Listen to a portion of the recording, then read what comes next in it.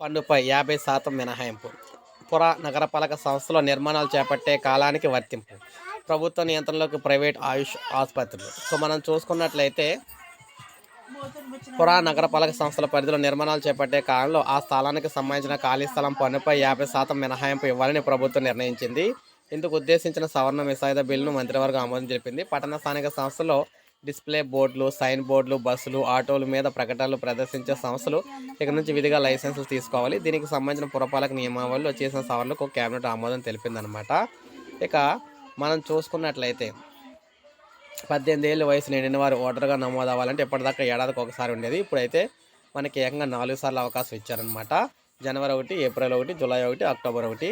ఇక ఎయిమ్స్ అన్ని ప్రభుత్వ ఆసుపత్రులు, భవనాలు కేంద్ర ప్రభుత్వ సంస్థలతో పాటు ఏపీ జెన్కో, ఏపీసీ ఇక్కడ ఏపీపీడీసీఎల్ థర్మల్ పవర్ స్టేషన్కు ఫైర్ ఎన్ఓసికి రుసుము చెల్లింపు మినహాయింపు అయితే ఇచ్చారు.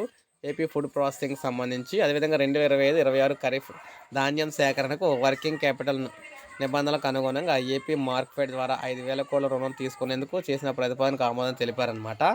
సో ఇలా మనం చూసుకుంటే ల్యాండ్కి సంబంధించి ముఖ్యంగా భూమికి సంబంధించి నిర్మాణాలు చేపట్టేటప్పుడు ఖాళీ స్థలాలకి పన్ను మొత్తం వేయకుండా 50% అయితే పన్ను మినహాయింపు ఇవ్వాలని చెప్పేసి కీలక నిర్ణయం అయితే చేయడం జరిగింది.